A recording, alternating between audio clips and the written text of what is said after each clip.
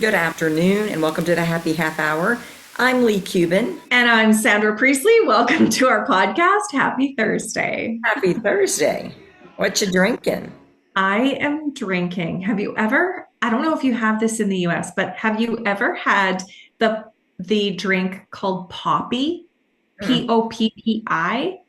I just picked it up at Costco and it is like a gut health pop almost. So that's what I'm drinking. This is Oh, not a sleepy girl mocktail, but that's it's the coffee drink.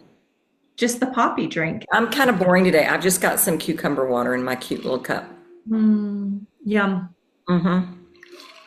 I had something very interesting happen to me yesterday that I was not quite expecting. And we talked about this a little before the show, and you were perplexed at Yeah. my response. So we're going to just go ahead and therapize me like live because, why not? I'm so excited because I can't wait to talk about it because I'm not sure where I stand on it. Yeah. I'm not And I'm I'm not not sold sure. that I'm right. Like, The Libra in me is like, oh, it could be this, it could be that. Like, I don't know. The scales are weighing back and forth. So I can't wait to chat, see what comes out of it. so, I haven't talked to my father. Like, the last text that I sent to him was like May 2nd. And it was when he missed breakfast when we were supposed to meet. Mhm. And that's been like, that was it. Like, he just sort of cut communication that day. And he did leave me a voicemail. And I sent him an email. And I just was like, look, go enjoy your life, go enjoy your family. Like, I have a family, I'm good. I wish you the best, all the things. And then, like, goodbye, done, period. And I didn't hear from him on Mother's Day. I didn't hear from him on Thanksgiving or Christmas or New Year's or anniversary. Like, I haven't heard from him. So and my brother had actually called me a few weeks ago and asked me, have you heard from Dad? And I said, no, I don't think he's going to call. Like, I think that ship has sailed.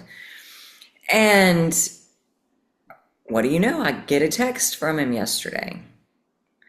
And I'm like, what the actual fuck? Mhm. So I open it. It's a beautiful message. A beautiful daughter. Wishing you a very happy, it was like a card. Wishing you a very happy birthday and good luck on your new business. So I'm assuming that my brother has filled him in on what I'm doing. Mhm. And I don't know how to respond because it's like, on one hand, it brought me back to being a kid.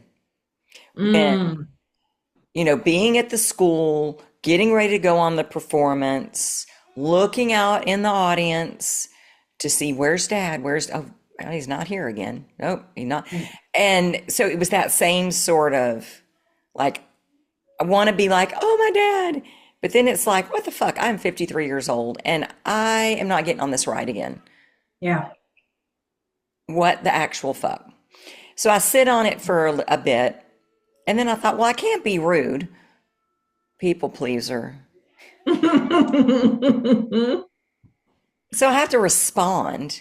No, I Even don't. though he didn't respond to your text and your email. Correct.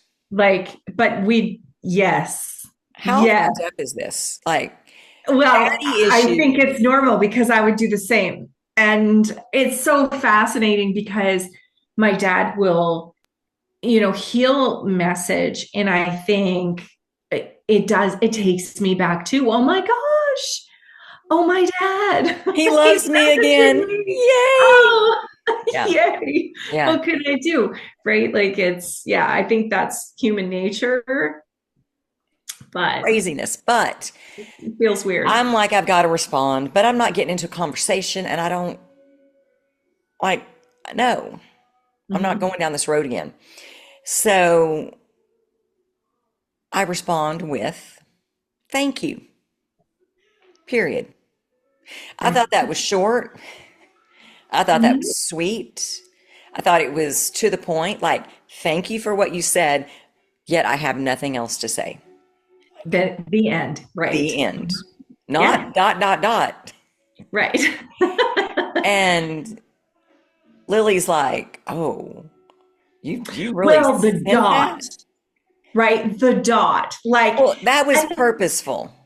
I know, but also you and I end sentences with a period, Correct. right? Like, even in texting, I use a period.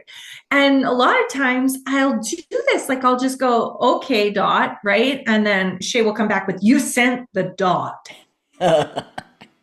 Oh, why are you pissed off at me? I'm like, I wasn't. I just spaced twice and the dot comes. Well, Like, he's 80, so I don't think I'm going to get the dot. the dot isn't going to have the same Right. impact. But Exactly. but he But knows what a it is fucking period is.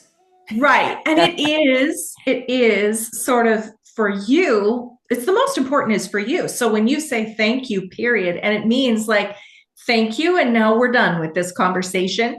Please don't feel like you have to come back because I'm not going to come. Like it's, Yeah. yeah, thank you. Yeah. Wrapped up in a nice little bow. Off you go. Right. Mhm. And so I let it go. Like that was sort of okay, handled, off of my list, and go on about my day. And yesterday really was an amazing day. Like it Mhm. just, everything about it was amazing. And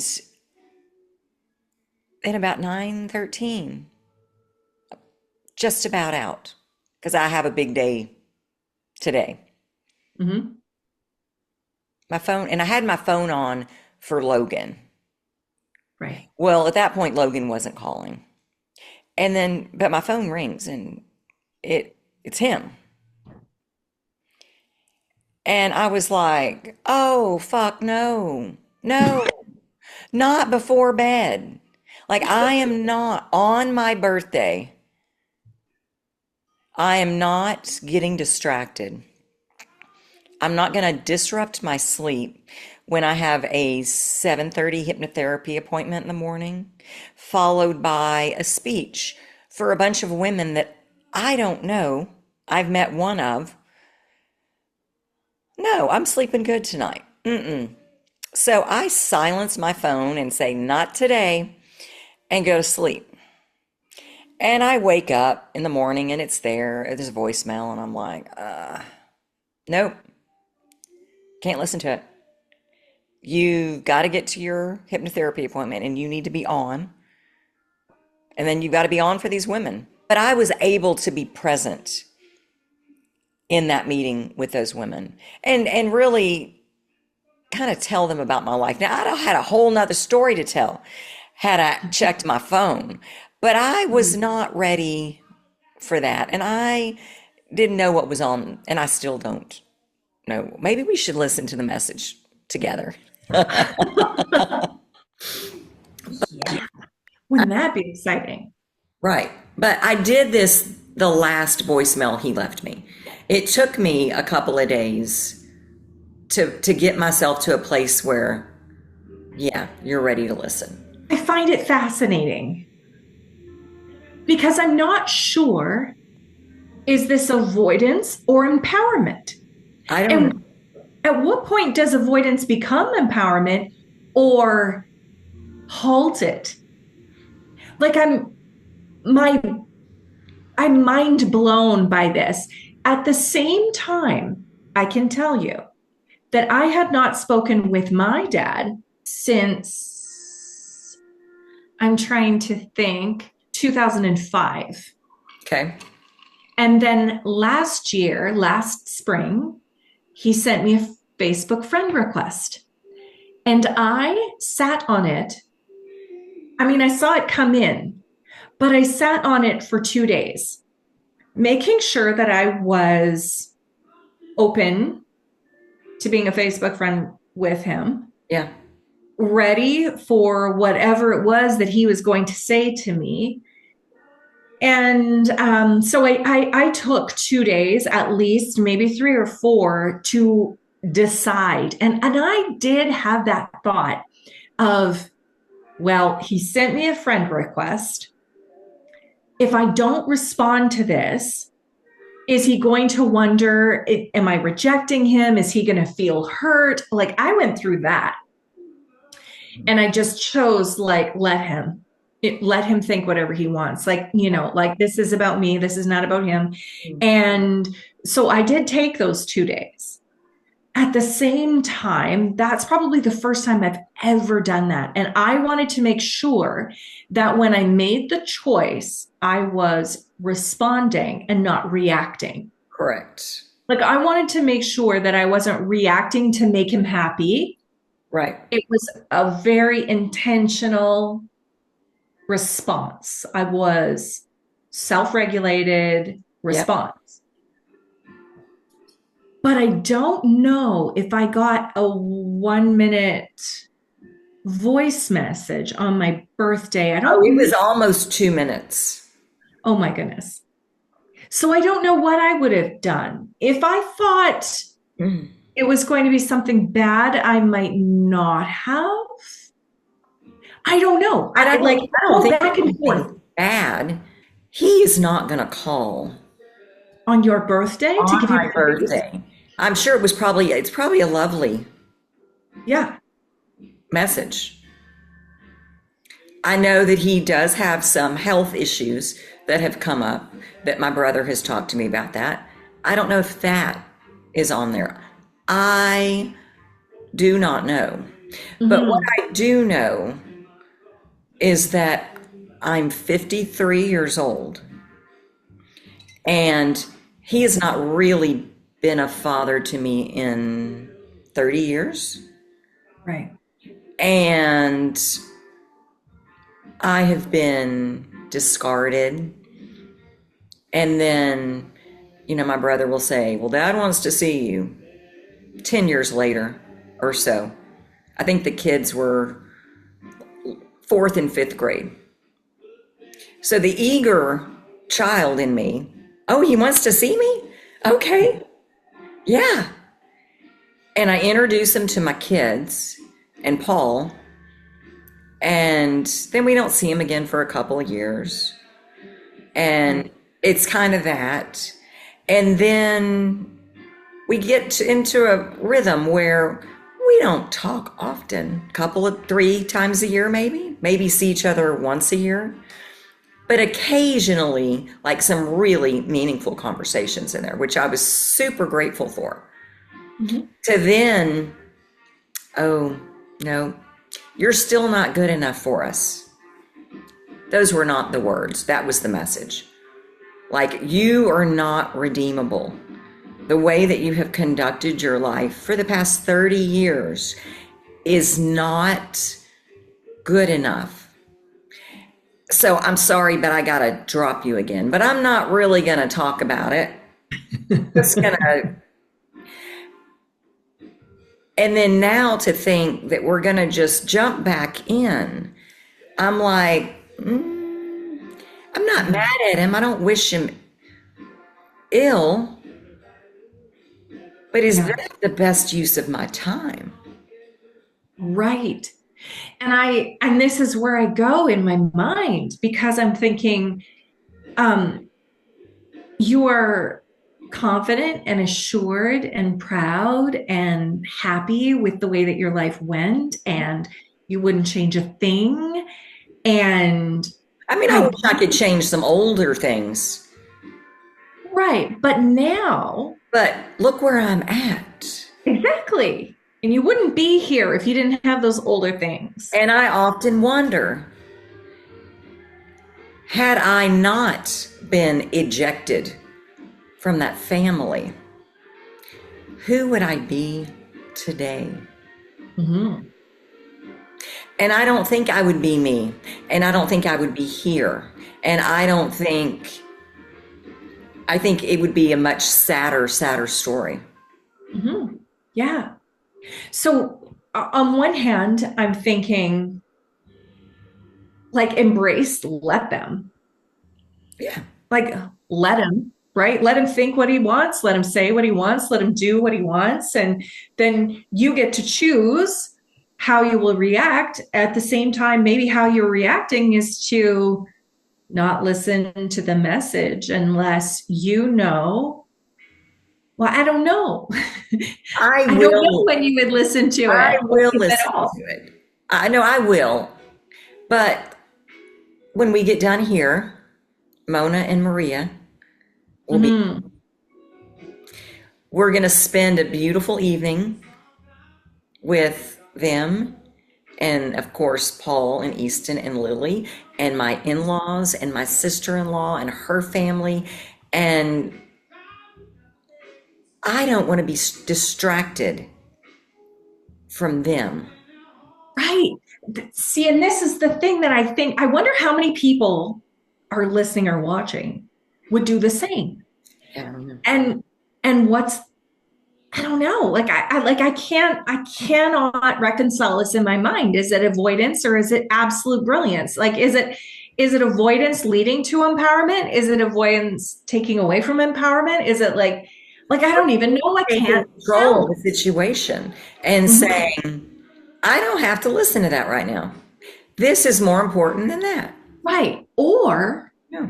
Or is it allowing like his comments to completely possibly derail you?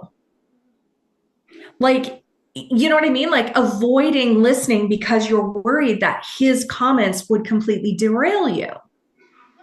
And if that's the case, it kind of shows us where to work, right? But at the same time, I'm also thinking, do we throw ourselves in a pit just to like practice climbing out of it? Like do you see where I'm going in my brain? It's like fascinating. Yeah. Our minds are fascinating. And Okay. I think people are fascinating and how we handle things differently. And what I would assume when you first told me this, I thought, oh, interesting, avoidance. Okay. Why are you resisting this? But then as you're telling me this, the reasoning behind it, I'm like, oh, that might be the most empowering thing I've ever fucking heard. Like now I'm not sure. Yeah. I don't know. I don't know. And I know that there is nothing on that voicemail. He is not the kind of person that would call and leave me a nasty message. Right. So I know there's nothing like that there, Especially on your birthday. especially on my, like, come on. That's not what I'm worried about. It's just, it's that wounded little child. Mhm. You know, Yeah. it is that Yeah. I don't want to get drawn back in to Mhm. something so that I can then be rejected again. Like I've been rejected enough. Like I get Mhm. it. I get it. Yeah. Not good enough for y'all. I understand. Then let me go. Right. And we do. I mean, I feel like you and I are so similar in like so many ways I never dreamed possible. And I definitely feel the same. And that's why I took so long to accept my dad's friend request, right? Because it was like, oh, as soon as I saw the request, it was like this. I could feel the little girl go, oh my gosh, right? And then the rest of me, the rest of the years, like the Yeah. remaining 45 years came back going, oh, wait a minute. Truth would suggest you shouldn't maybe get all excited about this. Right. And I said to Cam the other day that I can't remember what it was, but my dad had messaged me Merry Christmas, and it's an odd feeling to be grateful to have him back in your life, Mm-hmm. but also extremely guarded. Yeah. So it's this I can't even describe what it is, but it feels like gratitude that is separate from myself, Yeah. from my It's from for my that little spirit. kid. Yeah.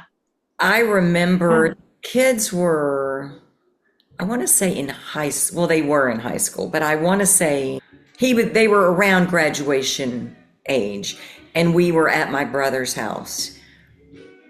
My father is there, and he's talking to me, and the kids see him talking to me by myself, and they flock, and they're both standing behind me, almost like they were there to protect me. It was Wow. the cutest thing I ever experienced. Not so different than when I saw my stepmother for the first time in 27 years at my nephew's wedding. Mm. When I walked in and saw her and spoke to her, my whole family. So it was Paul and Logan and Lily and Easton and Maria and Mona and Eric. They were all kind of in a circle, and you could feel their power. Wow. Like it was almost like they were infusing me. Because I remember before I walked into that wedding, I said, you can be insecure or you can be a badass, but you cannot be both in the Yep. same moment. Pick one. And I'm saying this verbally out loud in front of all of them. And I know they're going, oh shit, she just lost her mind. But it was that same feeling. It was just like they were behind me, which on one hand made me sad because I realized, oh, they don't even know him. Hmm. But they feel the need to protect me from him. Yeah. Not that he has ever done anything other No, just emotionally emotionally. Yeah. from you hurting.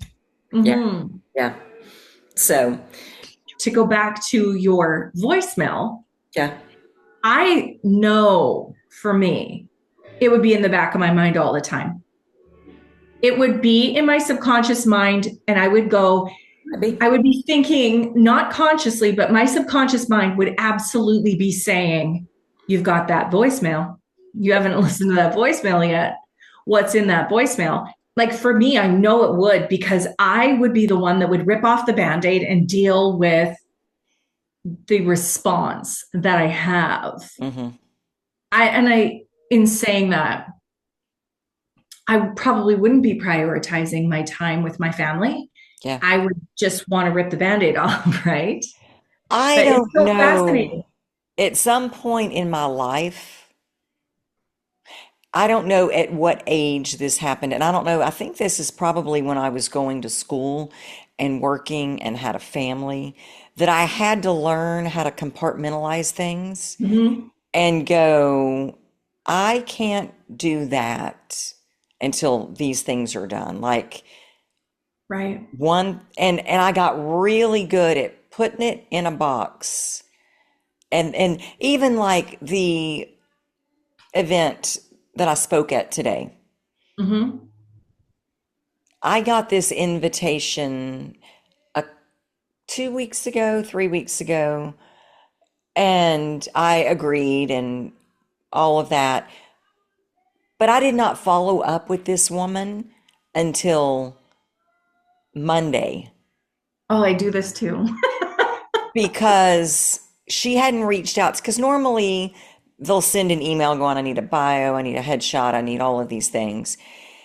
And I looked and she hadn't sent me an email and I didn't have her email. So I texted her Monday morning and said, hey, are we still on for the event this week?